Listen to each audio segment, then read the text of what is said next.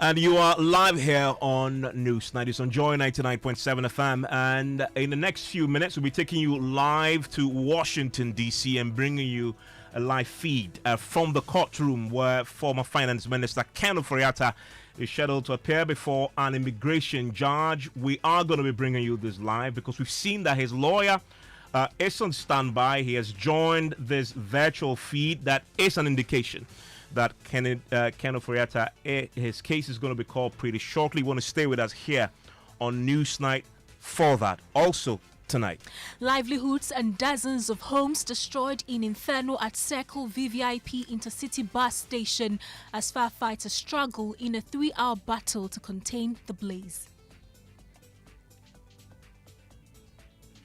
People sleep here, and most of the Nigerians that sell Nigerian food, they have local market that they sell the food stuff. Like this place now they are quenching. My brothers have shops there, so where the fire is still. Yeah. We can make sure that this evening what they will eat, where no, they will Your sleep, Honor, we're able to if provide possible, could I have an appeal date? I wish to reserve appeal. Sure. We have the very latest plus here from the Fire Service and NADMO. Also tonight, sack Ablakwa, NPP Minority in Parliament up in arms against Foreign Affairs Minister, describing him as unfit for the position as they demand his immediate sacking for alleged incompetence. Ghana's reputation in the world demand it.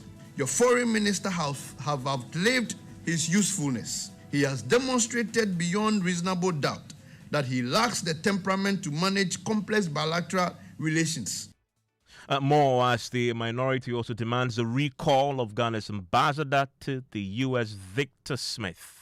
Also tonight's Vice-Chancellors wade into raging controversy that has pitched the University of Ghana Teacher Union against regulatory body G-TEC as they call for calm heads. It has never come to let them resign or anything like that.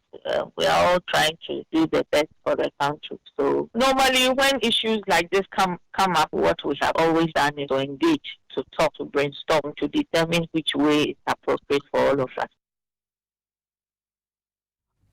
Later, GPRT launched crackdown against recalcitrant members in Accra as it deploys enforcement teams in the next 24 hours to compel drivers to charge only authorized fares. If anybody, any executive misbehave towards the decision taking, that person should be suspended, and the members as well. You want to stay with us here on Newsnight and share your comments with that. We'll also bring you business, and George is here with that. Where some oil marketing companies warn industry risk collapsing if the fuel price floor program is actually abolished. Send me your comments, 055-1111-997. It's the WhatsApp line, and we'll be taking you pretty shortly to the United States of America, very specifically to Washington, D.C., where former Finance Minister Ken Ofori-Atta is scheduled to appear before a judge at the Annandale Immigration Court in Virginia, and his case is going to be heard pretty shortly. His lawyers are on standby to intervene in his last-ditch effort to prevent a deportation back to Ghana. You want to stay with us for that all here on Newsnight. But we start tonight from that blaze that we're learning Gemma has wiped out livelihoods. So the fire started at about 10 a.m. this morning and swept through kitchens, mobile phone, accessory shops and others, taking firefighters close to 3 hours to fully get it under control.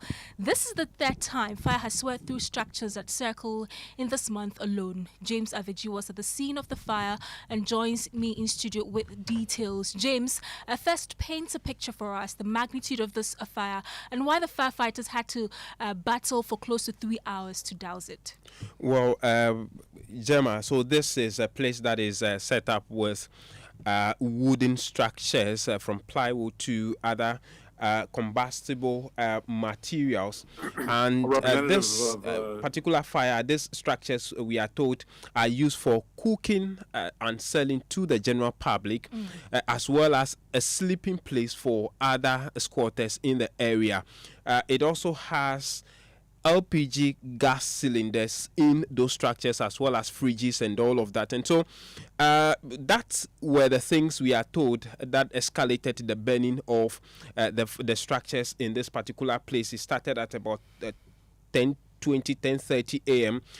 All the way to about 12:30 before the fire officers have been able to douse it. They brought in fire engines one after the other. We are told about 15 or 16 fire engines were the ones they used to douse this fire. I've been speaking to some of the traders who stay in the area who have been telling me what they also know. There's a woman that the fire start. She cooked at the back at the back of the washroom, and they said the fire started small. So they quickly rushed to the fire station to call them that there's a fire burning. Then later realized that there's a problem with the car, the fire service car. So the tender that is just opposite. That's what they allege, but I don't have any fact. But there's a problem with the car. So they try to start it. It doesn't kick on for them to come. So they call Accra branch to come and help with the fire outbreak. So that's the little thing I know about it. So the shops we see here, the place that is burnt, what are the items they sell here? Normally, people sleep here, and most of the Nigerians that sell Nigerian food, they have the local market that they sell the food stuff. Okay. That is what I know about those people working here. The fires. What do you sell? I sell phone accessories. Phone accessories. Yeah. But have you also removed the things from your shop? I see a number of your colleagues. I didn't remove because my shop is at the dam there. Okay. But you have left your shop now to also help the situation. Yeah. Are these things that are burning? Do they belong to any of your friends? Do you know in the owners of any of them? I know some. Like this place now, they are quenching. My brothers have shops there, so. He's what? He's selling accessories too. So at the back here, see the building burning there. Okay. Is there where the fire is still burning? Yeah. It's the back of their shop is burning like it. Has he been able to pack his things from the shop? Yeah. He's been able to pack the things? Yeah. Okay, so which means that he's not losing anything? Yes. But some people are losing, so. Apart from the phone accessories, what else do they do over here? You know, people live here, so like this place is people's house. All this they use it as a sleeping. Yeah. All this place is people's house. So, James, that was your conversation with some of the traders. You spoke to the Chief Regional Fire Officer on site. What's their own appreciation of the situation? So, the Regional Commander of the Ghana National Fire Service, Assistant Chief Fire Officer 2, Nsao, tells me that the information they are getting is that the fire might have started from one of the shops there. That is their preliminary information, which they would be investigating further. He also tells me that the evidence of cooking utensils at the site means that the place is used as a domestic and residing place. And so those are some of the informations they will be taking into the investigation to unravel fully what might have happened. We are told and it's been confirmed that it started from a kiosk, but as to what caused the fire in the kiosk is what we are here to investigate further. Okay. Just lastly, I'm also told that this place largely is used for cooking as well as sleeping from some people. I see a number of items there which seek to suggest that how helpful would this information be to your investigation? As for looking for fire outbreaks in settlements like this, cooking cannot be ruled out. You can see pans, you can see cylinders that has been used, which is an indication. These are all signs that domestic activities are going on here. So these are things that we cannot rule out in our preliminary investigations. You can even video them right here. You can see the pans there, which is an indication that these are human settlements. So yeah. James is still here. James, what about the NADMO? Were they on site, and what more have they been saying? The NADMO has been on site both from the district, the municipal, as well as the regional level, together with the Accra Mayor himself, Ni Ekpakpo Alote, whom we will hear from first, saying that they will cordon off the place for a further decision on what to use it for going forward. NADMO is also saying that they are currently assessing the persons that are affected to see what relief items that would be suitable for them, especially this evening before tomorrow. And we thank God so much. There was no casualty, and just a few properties have been lost. But I'm going to join team with my brother here, and we are going to clear the place for a fresh start. Any information on the number of structures that have been? Oh, over 50. When the fire is finally done, we'll move in to identify each occupant by its structure. Which means that you haven't been able to identify. Well, now that there is still fire over there, so we are leaving that for the National Fire Service to do that. When they are done, we'll move in immediately. You can see some of my officers putting down notes. We interview some of the occupants. We have to make sure that we identify you by your structure, so that if there is any help from government, we can make sure that this evening, what they will eat, where they will sleep, we are able to provide it. Which items are you providing? Oh, that one, when we get to the ground, we'll let you know. Does that mean you will be giving them mattresses, rice, oil as you do? When we get to the grounds, we know. We are now going to identify. You see, we give them the items based on the needs. If they are babies, if they are pregnant women, some people don't need rice, some people just need a sleeping place. You understand? So we identify them by those, and then we can give the relief. But if it happens that they are living here illegally, would you still go ahead and provide the needed support? We have to, because we are in to manage disasters, and disasters has no boundary. Irrespective of they being here illegally, they are Ghanaians. So if something has happened to them, they are our sisters, they are brothers. We must make sure that we get them back to their normal life.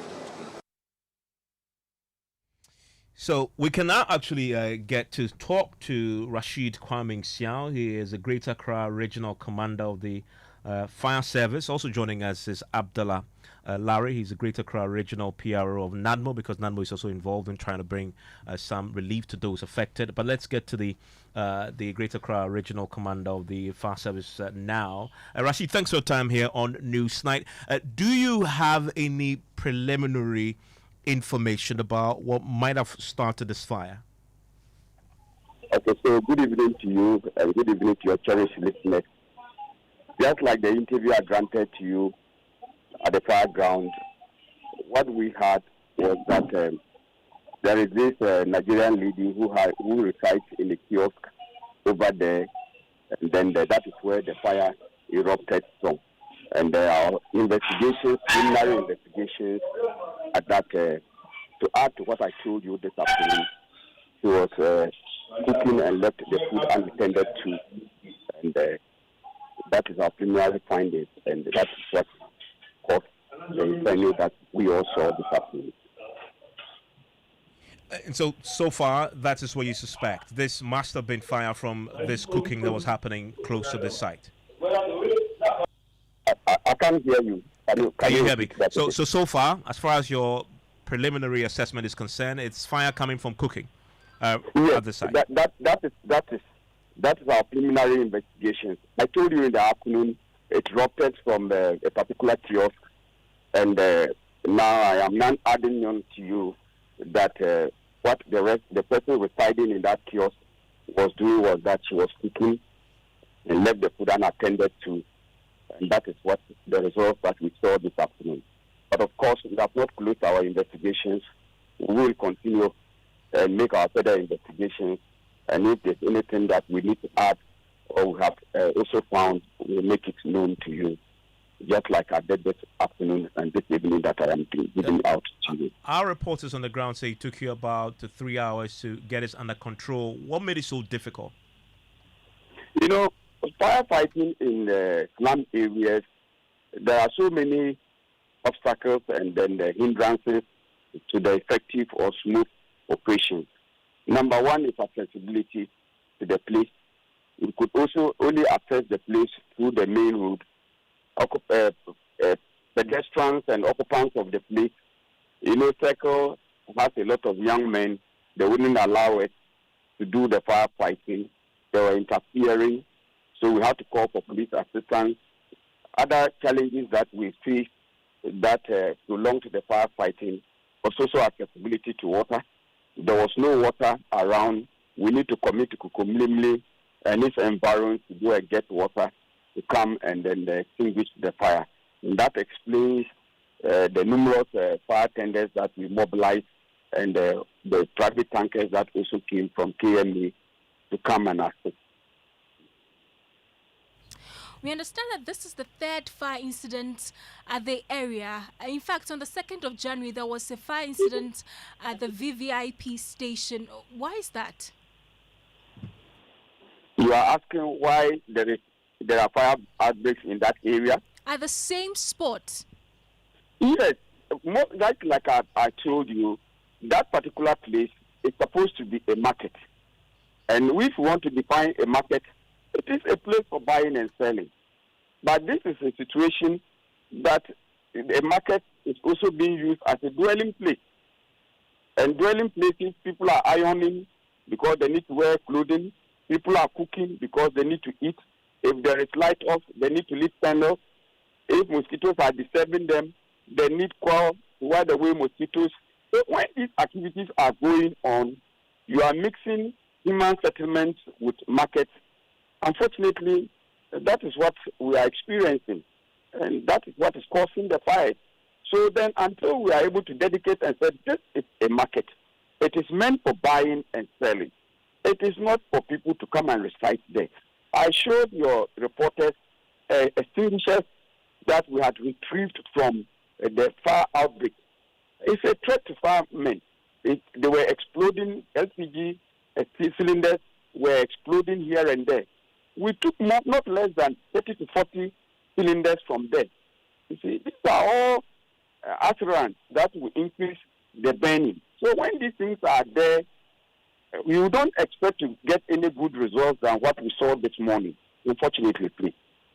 So is the fire service taking steps now? You know the problem. Taking steps now, working with city authorities to remove those who are in this particular area who should not be there. Luckily, the mayor was there with us this morning. He saw things for himself. The MP for Ayawaso, the area was there himself. The MC, everybody was there. All the opinion people, those who matter, the chief officer himself was there. And instructions are that from tomorrow going, there will be stakeholders meetings who, as we as experts, will table and then put these suggestions forward and see if we'll be able to prevent them from reconstructing those mixed structures which are fire-proof. Thank you very much. Rashid Kwame Xiao is the Greater Accra Regional Commander of the Ghana National Fire Service. We still have with us Abdullah Lowry, is the Greater Accra Regional PRO of NADMO. And Abdullah, do you have a fair idea how many people have been left displaced on the back of this fire?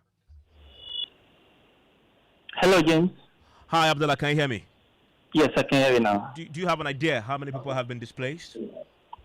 Yes, so from the preliminary information we have from the police, there are about 50 stores which have been affected by the fire. 50, yes. But what about those who lived in them? Have you managed to count the individuals actually affected and what NADMO is going to do to give them some relief tonight? Yes, so this evening around 4:30 p.m. we were at the scene together with our regional director and then the regional minister. We have engaged them and informed them that they should come back tomorrow where we will continue with the assessment of the various victims because we understand people sleep there. We didn't know that that place was actually used as residence.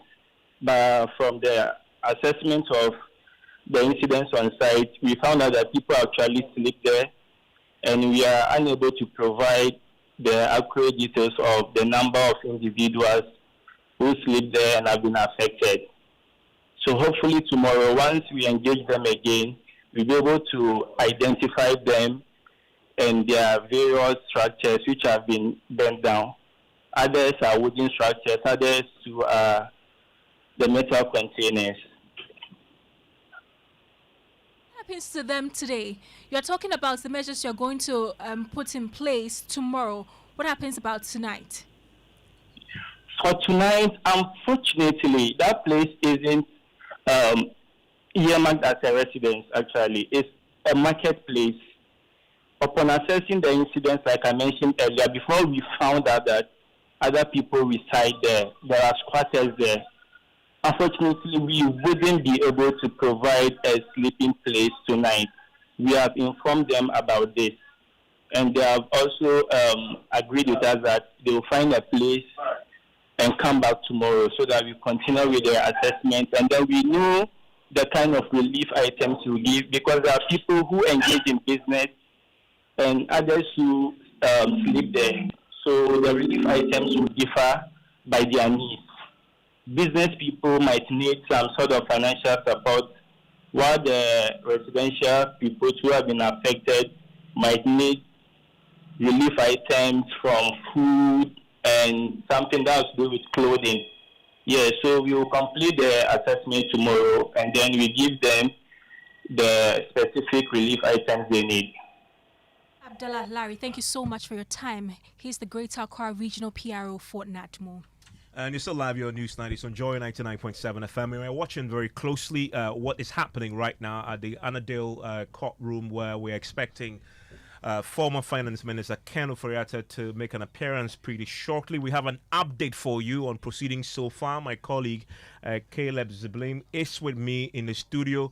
With that, Caleb, what do we know so far? Yes, Evan. So we just got access to the courtroom where the former Finance Minister Ken Ofori-Atta is expected to make his case.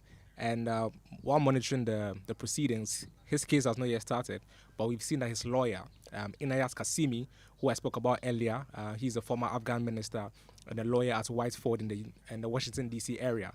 We've seen that he's in a meeting, so and that supposes that Mr. Ofori-Atta will join the meeting very shortly. Also, while we are monitoring the meeting, we've seen that there's a different court case going on, and hopefully after that court case, that'll be Mr. Ofori-Atta will take his turn. And then while we're monitoring the case, we noticed that the deputy consul for Ghana at the Ghana embassy to the U.S. arrived at the courtroom. The judge asked him what he was doing in the courtroom, and he introduced himself as the deputy consul for Ghana. So he's there in person?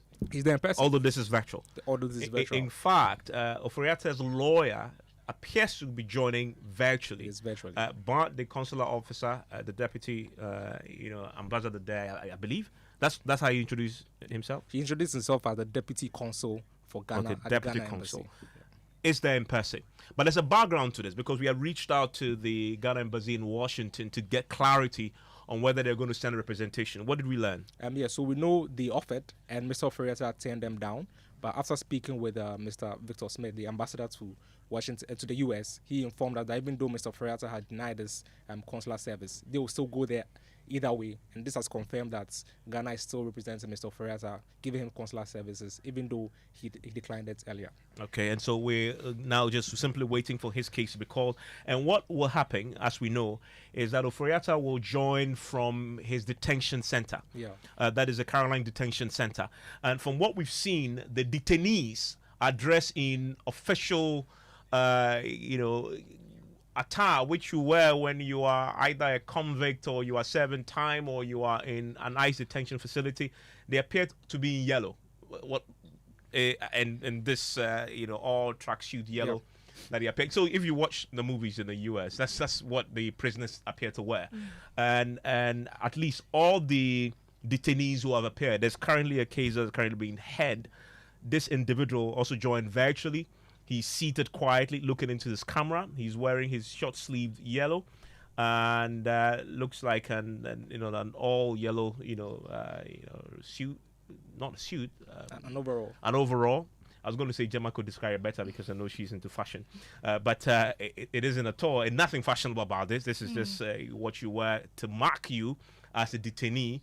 And then his lawyer is making the case on his behalf. So both of them have their videos turned on.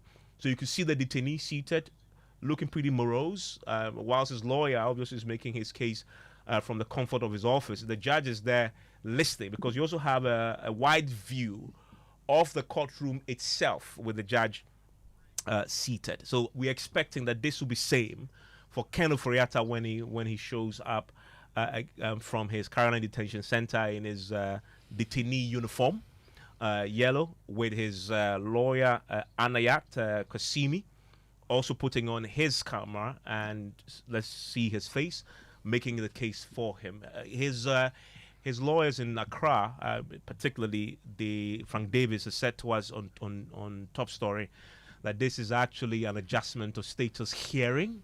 But as we've heard already from the ICE, this is supposed to be a deportation hearing. So this is going to be clarified pretty shortly for us once this case is called. Yes, it will be clarified when the case is called, Evans. You want to stay with us. You also want to join us on the Joy News channel, because we're going to be bringing you this live as it unfolds. And as and when we have a development, we'll bring that to you until we get into the live hearing itself. Let's come back here. And something related, though, Gemma, coincidentally to the Foreign Affairs Ministry, because the Foreign Affairs Minister, Okudzeto Ablakwa, is tonight facing accusations of incompetence and simply being unfit for that particular position. The scathing attack was launched today by the NPP Minority in Parliament, who called a news conference to demand the immediate sacking of the minister. The minority argues that the minister's approach to diplomacy has been reckless and risks undermining Ghana's relations with other countries. Now, Gemma, you were at this news conference. Did they have any specifics to back these claims? Yes, Evans, the group cited Ghana's response to the alleged unfair treatment and deportation of Ghanaians from Israel as an example of what it describes as poor diplomatic judgments. They also cite the minister's comments on the Israel-Gaza conflict and the recent abduction of the Venezuelan President Maduro, on which Mr. Ablakwa issued a strongly worded statement, Evans, you remember. Now, the deputy ranking member on the Foreign Affairs Committee, Nana Asafoye-Aye, told us at the news conference that Mr. Ablakwa's predecessors demonstrated higher levels of professionalism in the management of Ghana's foreign affairs. We say we cannot continue down this path. The national interests demand change. The welfare of millions of Ghanaians demand it. Ghana's reputation in the world demand it. Your foreign minister have outlived his usefulness. He has demonstrated beyond reasonable doubt that he lacks the temperament to manage complex bilateral relations. He has shown that he values applause over achievement, rhetorics over results, and most damningly, his pattern of reckless diplomacy has made Ghana less safe, less respected, and more vulnerable on the international stage.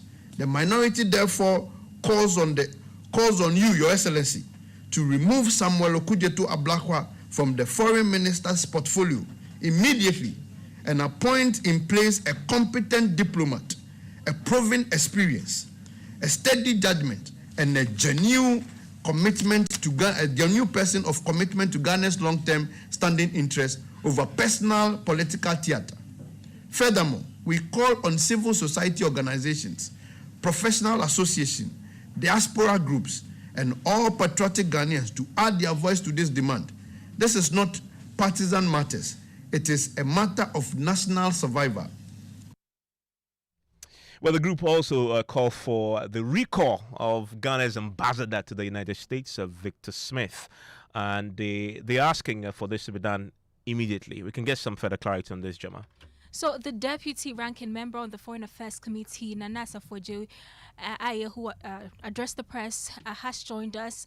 Welcome to News 9. Let me start with this question. Why do you want Okudzeto Ablakwa sacked? Okay, so let me thank you, and then also thank your listeners. We made some points. You've played a bit and excerpts of it. But we laid a premise and then gave some evidence.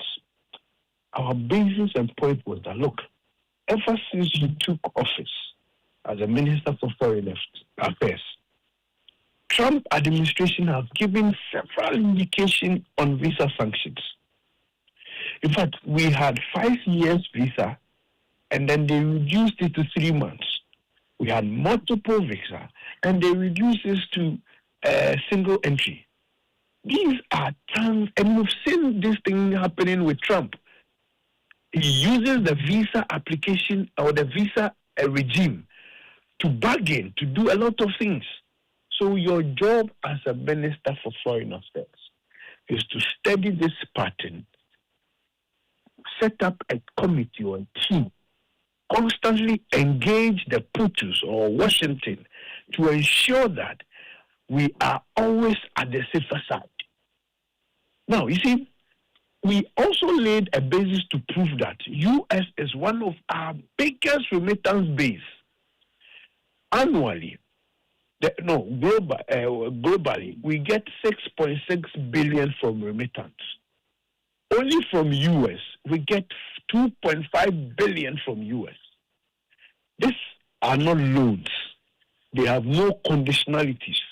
They are sweat from our brothers and sisters who are working there or who are staying there or who are remitting money back home to build for them, to pay school fees, to take care of families, and to support livelihoods. So the freeze on a migrant visa is a huge and a big deal. So for the minister, and we mentioned it, for the minister not to have known this pattern. He seeks cancellation of removal in the form, or cancellation of removal for certain non-permanent. Unfortunately, apologies to you. We just getting into interference now in this, and please pardon us because there's some breaking news on this that we need to bring to you as we are following very closely this hearing in the United States of America. To be very precise, the in Washington, where the former finance minister is scheduled to come before an immigration judge. I can confirm to you that the former finance minister, Ken Ofori-Atta, just walked in short from the Caroline Detention Center and took his seat. Let me describe what I see. He's wearing a face mask.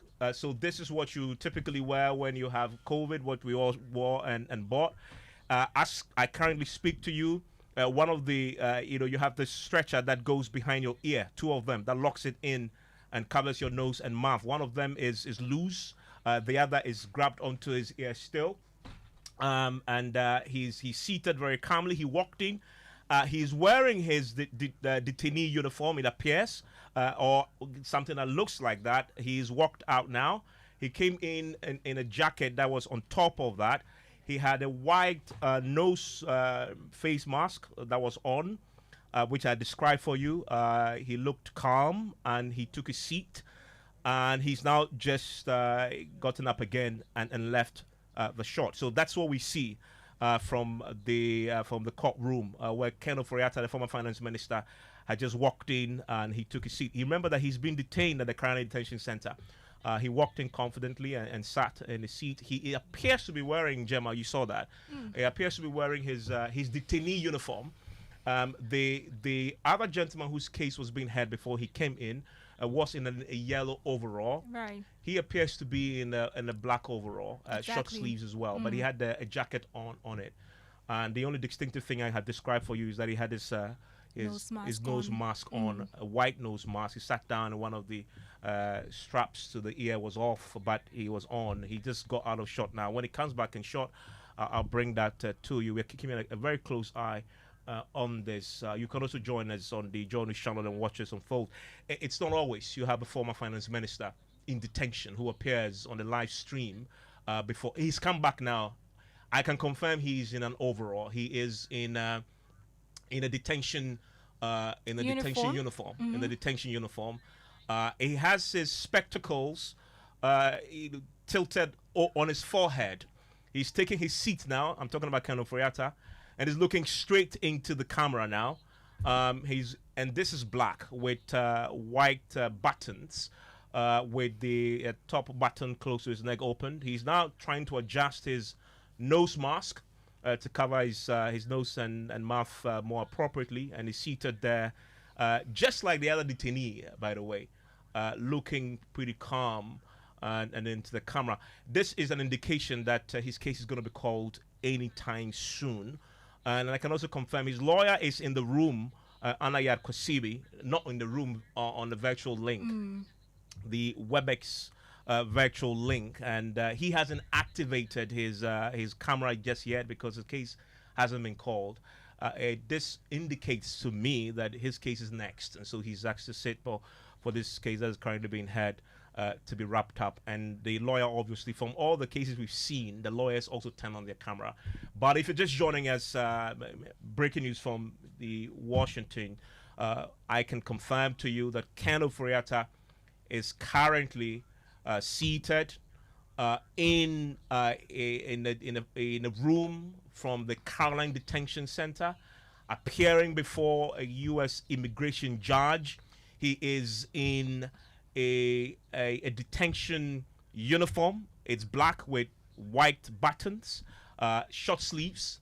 He has a nose mask on, and he has his spectacles that has been tilted on top of his forehead and is looking into the camera. He's seated, as you would do when you're appearing before a panel to be questioned.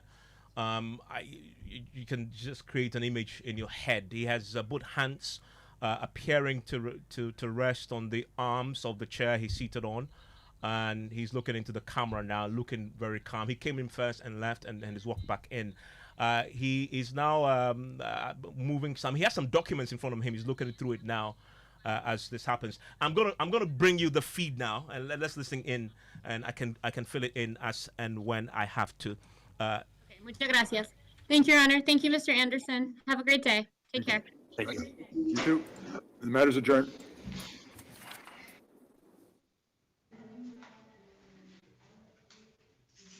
And so we're expecting now for Ken Ofori-Atta's case now to be called. And that gentleman had just taken his seat. So there are two detainees now in short. Ken, another one from Farmville. No, slowly.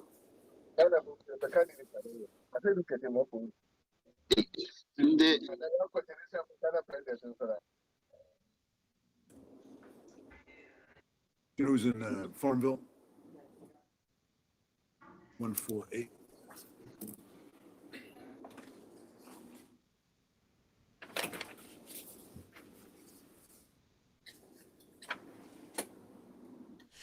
And we're still now. What you hear in the background is a live feed from the. Is counsel for 148 present? 148. Yes, Your Honor. Yes. All right. So we're going to do the Farmville case from 148.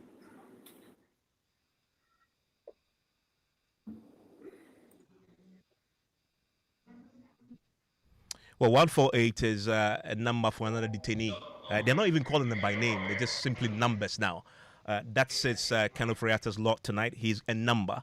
We'll hear his number, and we'll know when he's called and his case has been called. But there's a case, a detainee 148, whose case has been called. His lawyer is called Anthony Clements. January 20th, 2026. This is Immigration Judge David Guardian, the Annandale Immigration Court. This is a master calendar hearing in the detained matter of Jorvis Samet Martinez, 246-190-148. The respondent is detained at the Farmville Detention Center and is represented by counsel, who are both appearing via WebEx. With the attorneys please enter their appearances. Anthony Clemens speaking for the respondent. ACCA Anderson on behalf of DHS. Right, and counsel, is that your client in the Farmville WebEx? Yes, Your Honor. Do you waive interpretation of the today's master calendar hearing? Yes, Your Honor. Okay, so what you're hearing there is another case of detainee 148. You're waiting to see Ken Ofori-Atta's number.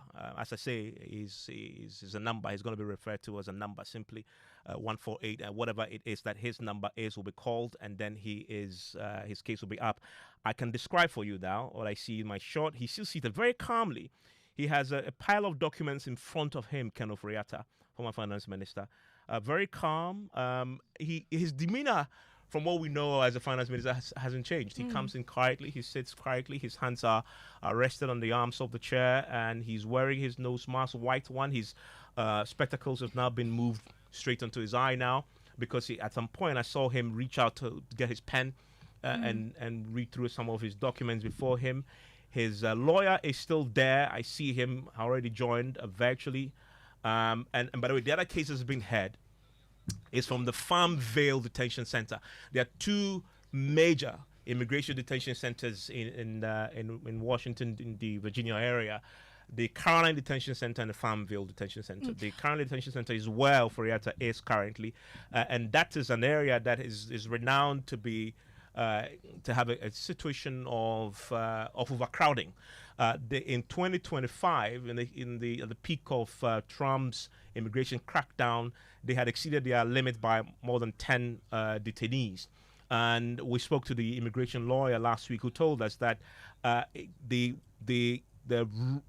cell in which Ofori-Atta will be kept is made for a maximum of 2 people. That she won't be surprised that they will possibly be sleeping more than 2 people in that particular cell. And he's joining from there. You can see clearly is Caroline 1, Caroline Detention Center. He's the individual who's going to be called from there. But Evans, it will be interesting to see whether the former finance minister will speak, because he has a pile of documents in front of him. I'm wondering what exactly those documents are going to be or do to his case, especially when his lawyer is supposed to join and make that case for him. It will be interesting to hear him speak and defend himself, if that is even allowed at this court sitting, Evans. Absolutely. Another thing that we also know fascinating about the Caroline Detention Center, it's not only detainees, as in those who are deemed to be non-criminals who are held there. Ofori-Atta currently is a non-criminal because he hasn't been convicted of anything. He's innocent until proving otherwise. This is, from what we understand, he was picked up by ICE, so this is an immigration offense. But that particular facility also houses criminals, and they are more than 60% of those kept there are non-criminals. You'll be part of that bunch, but a small minority of the group, around 30% plus, are criminals, and they share that facility.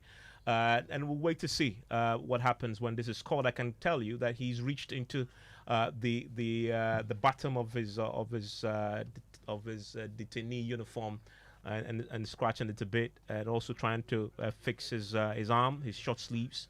He's seated very calmly. You see that, Gemma?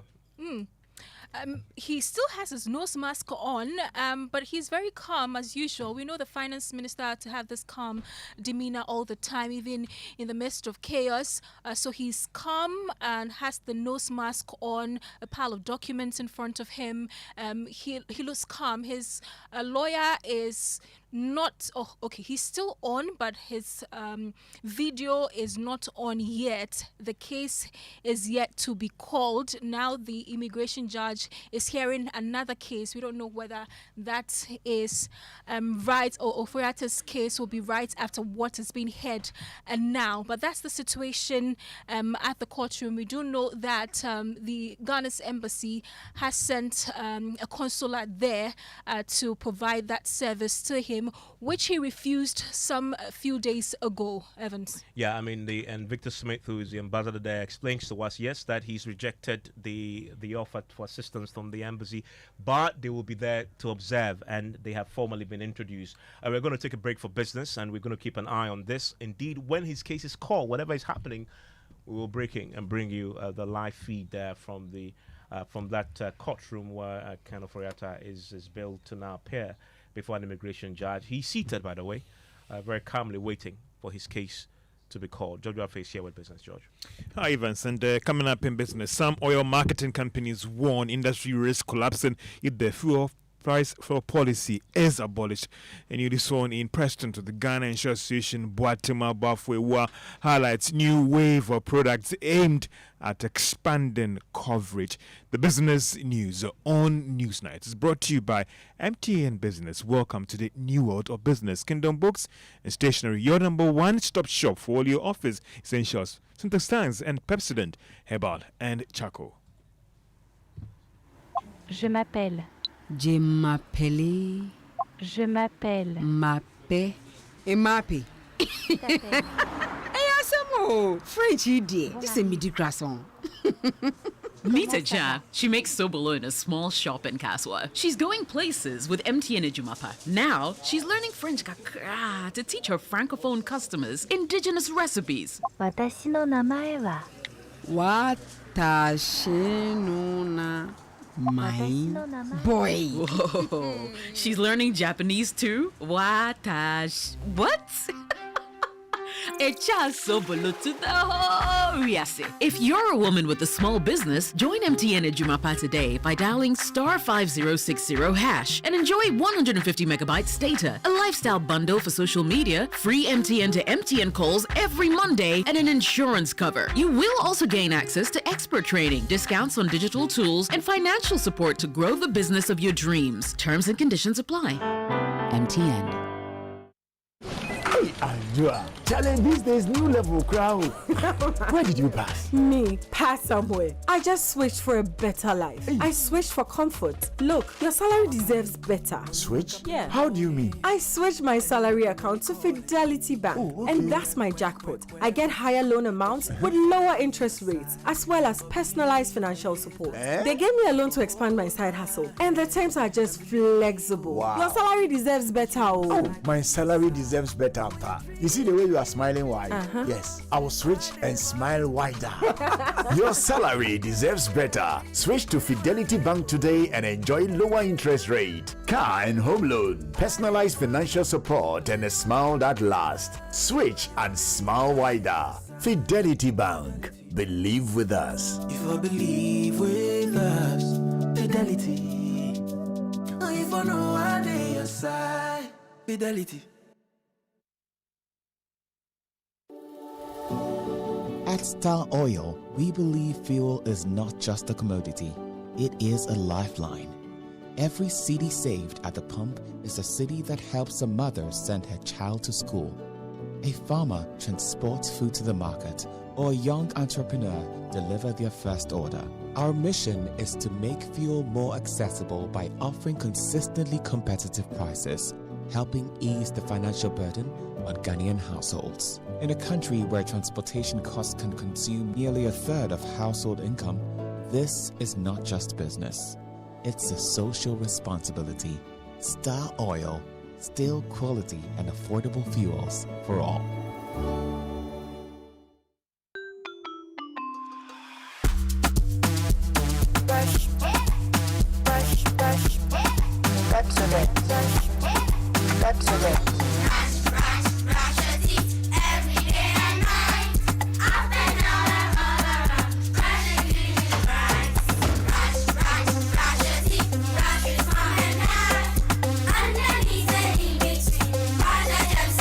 Brushing gets more fun with your kids with the new Pepsodent Kids toothpaste. Give your smiles protection that lasts. Grab yours today from a store near you. This advert is FDA approved.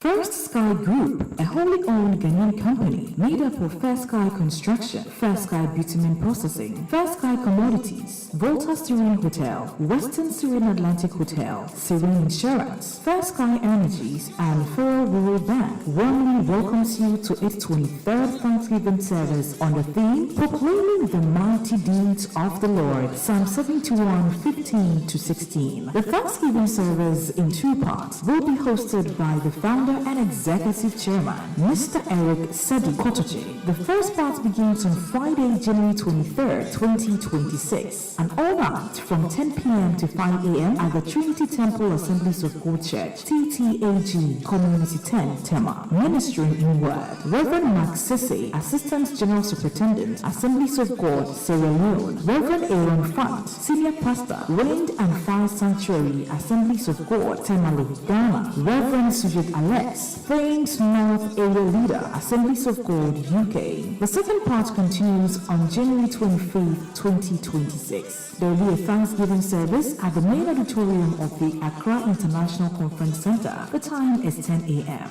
Guest speaker, Reverend Dominic Yo, Global Chairman, World Assemblies of God and General Superintendent, Assemblies of God, Singapore. Chairman for the occasion, Apostle General Sam Kwanche Ankara, General Overseer, Royal House Chapel International, International. Special guest of honor, His Excellency John Dramani Mahama, President of the Republic of Ghana. Also in attendance will be His Eminence Archbishop Nicholas Duncan Williams, General Overseer, Action Chapel International, Reverend Stephen Wilson Wingham, General Superintendent, Assemblies of God Ghana, and the Vice Chairman, Africa Assemblies of God, Reverend Professor Paul Frimpong-Mansong, Immediate Past General Superintendent, Assemblies of God Ghana, Most Reverend Professor Johnson Kwabena Asamoah Jedu, the Presiding Bishop, the Methodist Church Ghana, Reverend Steve Mensa, General Overseer, Charismatic Evangelistic Ministry, Most Reverend Dr. Paul Buafo, Past Presiding Bishop, Methodist Church Ghana, Apostle Professor Kwajo Opoku Onina, Past Chairman, Church of Pentecost, Reverend Dr. Lawrence Tete, an international evangelist, Reverend Dr. Silvanus Amegashiti Elom, Group Corporate Chaplain, First Sky Group, and other senior clergy. Ministering in music will be Minister Kofi Owusu Popra. For more details, please contact 020-854-3441 or 0248-940-021.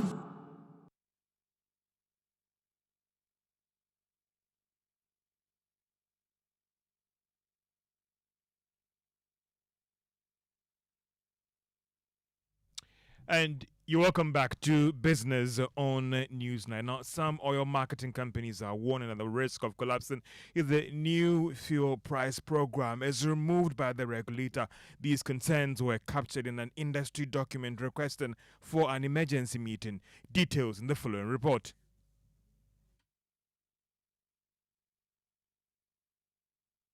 Petroleum price floor is not. I believe the policy has gone a long way to bring some sanity into the industry, especially when it comes to the pricing of petroleum products and quality assurance as well. These firms believe that without this program, most of the indigenous oil marketing companies could be pushed out of the market. One of the notices seen by Joy Business, for instance, argues that the fuel price floor policy was actually pushed by the Chamber of Oil Marketing Companies and later adopted by the regulator. Therefore, at this stage, they argue that they cannot turn around and ask the regulator to abolish a policy, considering the impact it has had on the industry so far. Based on these arguments for and against the policy, some industry watchers fear that a common ground of position may not be reached at tomorrow's emergency meeting on the issue. And that is a business Jack report. Now, the new president of the Ghana Insurance Association, Boatema Bafwe, said she will lead a charge for a new wave of innovative insurance products and systems aimed at improving consumer trust while expanding coverage. She has been speaking to the media after a program to swear into office today. I think the first thing we need to do as insurers is to ensure that public education and on insurance and the products that are being sold out there are properly explained to their clients. I believe if we're able to do that, people will be able to patronize the insurance a bit better. I think the second one as well is to give variety in the product offerings and also to make sure that it is affordable, because as my speech said, there's a large net that is uninsured, and most of the time it's probably because of funds and affordability. So we also need to look at the wider net to be able to catch all those that don't have insurance as well. That's the newly sworn in president of the Ghana Insurance Association, that is Boatema Bafwe. And that's all for Business on Newsnight. It's time for sports. And in sports, the UEFA Champions League makes a return tonight with match day 7 already underway across Europe. Earlier on, Club Brugge recorded an emphatic 4-1 victory over Kairat to kick off the start of this evening's action. Currently happening is a clash between Manchester City and Bodo Glimt, and surprisingly, the citizens find themselves 2 goals down in the game. If it ends this way, it will be back-to-back defeat for Pep Guardiola's men after losing over the weekend to Manchester United. Ghanaian forward Antoine Semenyo was left out of the squad because he's not eligible to feature until next month after the group stage has concluded. Still to come later tonight at 8 p.m., there are 2 mouth-watering fixtures. That's Inter Milan against Arsenal, while Real Madrid will face Monaco. Joy Sports will bring you live commentary of the Inter Milan versus Arsenal game live on Hits FM 103.9. And that's all for sports. Thank you very much. And it's still live here on Newsnight. It's on Joy 99.7 FM. The breaking news is our former Finance Minister Ken Ofori-Atta has appeared. In fact, is taking his seat before a U.S. immigration judge. His case is just about to be called. He's appearing there following him being declared an illegal alien in the United States upon violating the visa terms. His case is going to be heard pretty shortly. That case is just taking a break. Once that resumes, we'll bring that to you live from the Annandale courtroom where Ken Ofori-Atta has been sitting very quietly in the last 30 minutes or so, waiting for his case to be called. His lawyer is there waiting to represent him. You can also join the Joy News channel because we're bringing this to you live as it unfolds. When that case is called and his case is called, we will hear what he has to say. And for those of you who just joined us, he appeared before, the court is virtual, by the way. He appeared before the court wearing his detainee overall, detainee uniform. It was black. He has the white buttons running through from the top down. And he was wearing a face mask, white face mask, and with his spectacles. Also had a pile of papers in front of him with a pen, and he tried to look through those. So we're waiting to see how this pans out today when his case is called. But before that, as we wait for that to happen, Pep is here with the Geek Squad. Hi, what's coming up? Tonight we're going to be talking about different internet choices that people can make. It's a new year, and for some people, I'm sure they've reviewed the kind of internet that they use, whether it's 4G, 5G. Some people hear this and they wonder what exactly it is. We'll be delving deeper into it so that we can educate our listeners, then they know what kind of choices they can make. Thank you. Want to stay? My name is Evan Spencer. My name is Gemma Apia.